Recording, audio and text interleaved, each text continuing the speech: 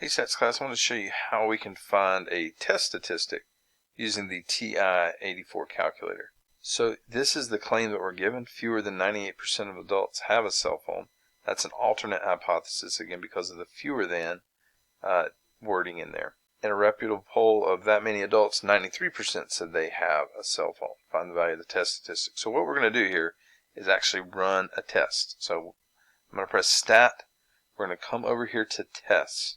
Alright, and then this is a test about a proportion, a percentage or a proportion. So when you see percents, that's a good giveaway that you're going to do a hypothesis test about a proportion. Alright, another way that lets me know is it says test statistic, claim. Those are phrases that let us know we're doing a hypothesis test.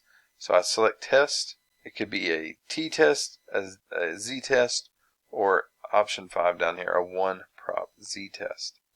This is number 5. This is a 1-prop z-test. Again, it may not be 5 on yours.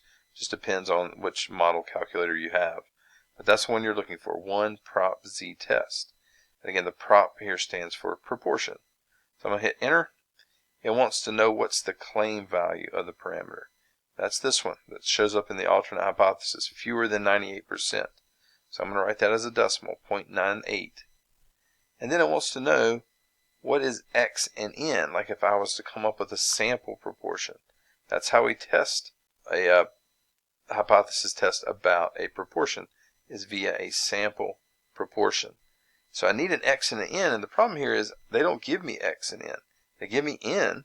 The poll has this many people, that's N, but they're not giving me X. But the nice thing is the TI can handle it for you. So let's go ahead and put N first. That's the 1183.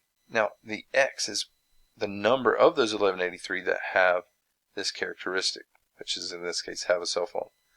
So it's 93% of this number. So all I have to do is put in 0.93, 93% of times that 1183.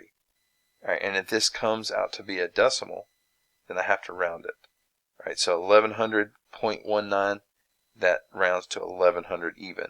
So I'm going to just write 1100 in there. All right, because it says fewer than, again, this is where it says prop, not equals, less than, greater than. That's the alternate hypothesis.